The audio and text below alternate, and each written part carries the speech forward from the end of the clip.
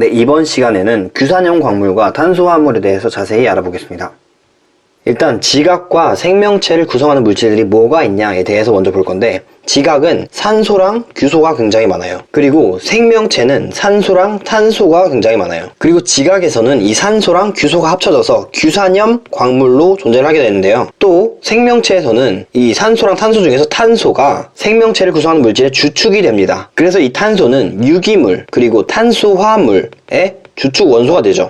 그래서 이 앞의 내용, 규산염 광물의 내용부터 한번 알아보겠습니다. 일단 이 규산염 광물이 무엇이냐면, 이 규산염 사면체들이 일정한 규칙에 따라서 결합해가지고 만들어진 광물이래요. 그래서 규산염 사면체를 한번 봐봐야겠죠. 규산염 사면체는 여기 밑에 그림에 나와 있어요. 일단은 규산염 사면체에서 알아야 되는 거는 중심에 이 규소 원자가 있고 주변에 4개의 산소 원자들이 있다. 그리고 또 중요한 게 규산염 사면체의 전하는 -4이다. -4 전하를 갖고 있다. 그래서 이 -4 전하를 갖고 있음으로써 어떤 일이 일어나냐면은, 일단 주변에 인접한 금속 양이온들이랑 결합을 하게 돼요. 결합을 왜 하냐면, 규산염 사면체는 전하가 -4인데 반해서 금속 양이온은 플러스 전하를 갖고 있죠. 그래서 정전기적 인력에 의해서 서로 끌어당기는 겁니다. 네, 그래서 금속 양이온과 결합을 하든지 아니면은 다른 규산염 사면체랑 결합을 할 수가 있어요. 이제 결합을 완료하게 되면은 중성이 되는 거죠. 그리고 추가적으로 디테일한 설명을 해드릴 건데, 여기 부분은 문제 푸는데 막 필요하진 않을 거기 때문에 패스하고 싶으시면 패스하셔도 됩니다. 이 규산염 사면체에서 규소는 어떻게 +4 전하를 띠고 있고 산소는 -2 전하를 어떻게 띠고 있는지에 대해서 한번 설명을 드릴 건데요. 이거를 설명하기 전에 먼저 전기음성도라는 개념을 알아야 돼요. 이 전기음성도가 뭐냐면은, 공유 결합을 했을 때 공유 결합을 한 원소끼리 공유 전자쌍을 끌어오는 능력이에요. 그래서 여기에는 Si, 규소랑 산소가 있는데 산소의 전기음성도가 더 높아요. 그러면은 산소랑 규소가 이렇게 전자를 한 개 만약에 공유하고 있다고 치면은 전기음성도가 높은 이 산소가 전자 2개를 다 가졌다라고 치는 거예요. 그래서 이 산소는 추가적으로 전자 1개를 얻은 것이죠. 그래서 부분적인 전하가 -1이 되고,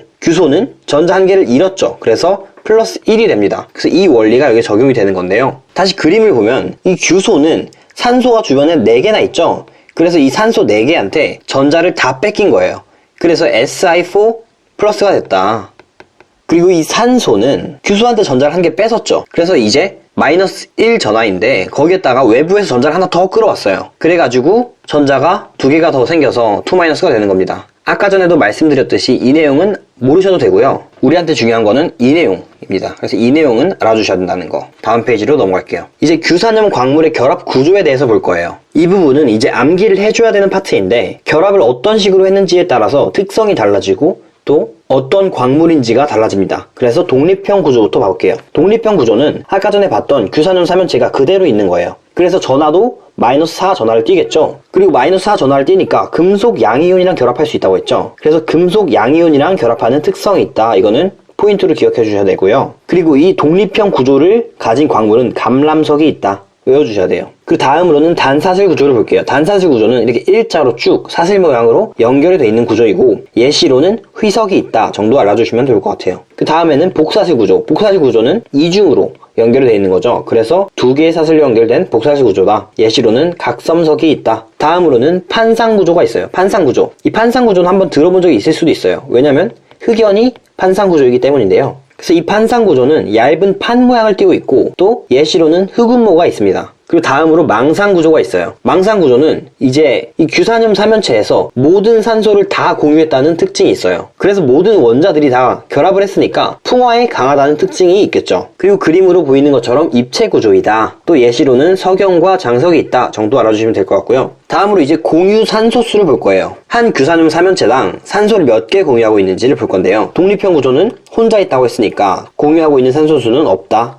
단사슬 구조. 단사슬 구조를 보면은 이 규산염 사면체 하나에서 여기 하나, 2개, 산소 2개가 공유하고 있죠. 2개. 그리고 복사슬 구조. 복사슬 구조를 보면은 이 중간에 사면체를 볼게요. 산소가 하나, 둘, 셋, 3개 결합했죠. 그리고 얘를 또 보면은 산소가 하나, 둘 이런 식으로 2개 결합했죠. 그래서 2에서 3개 정도 결합했다. 그 다음으로는 판상 구조를 볼게요. 판상 구조. 중간에 있는 애를 보면은 얘네들이 다 3개씩 결합을 했던 걸 알 수 있는데요. 그래서 공유 산소수는 3개이다. 다음으로는 망상구조. 망상구조는 아까 봤듯이 4개가 다 공유를 하고 있다라고 했죠. 그래서 이 4개는 특히 중요하다. 그리고 추가적으로 좀 더 봐야 되는 특징들이 있는데, 이 단사슬 구조랑 복사슬 구조에 관한 거예요. 얘네들은 일자형으로 이제 생겼죠. 그래서 결정이 기둥 모양으로 생겼어요. 네, 그래서 기둥 모양을 갖는다는 특성이 있다. 그리고 다음으로는 판상구조의 특징이 있어요. 판상구조의 특징은 힘을 주면 얇게 쪼개진다는 건데요. 이게 뭐 이런 식으로 판이 여러 개가 겹쳐져 있겠죠. 그런데 여기서 만약에 힘을 가한다 그러면은 판과 판과의 결합력은 굉장히 약하니까 아주 잘 쪼개지는 특성이 있다는 것이죠. 흑연도 마찬가지로 그런 특성을 갖고 있죠. 이제 규산형 광물에 대한 내용은 다 다뤄봤고요. 이제 탄소화합물에 대해서 알아보겠습니다.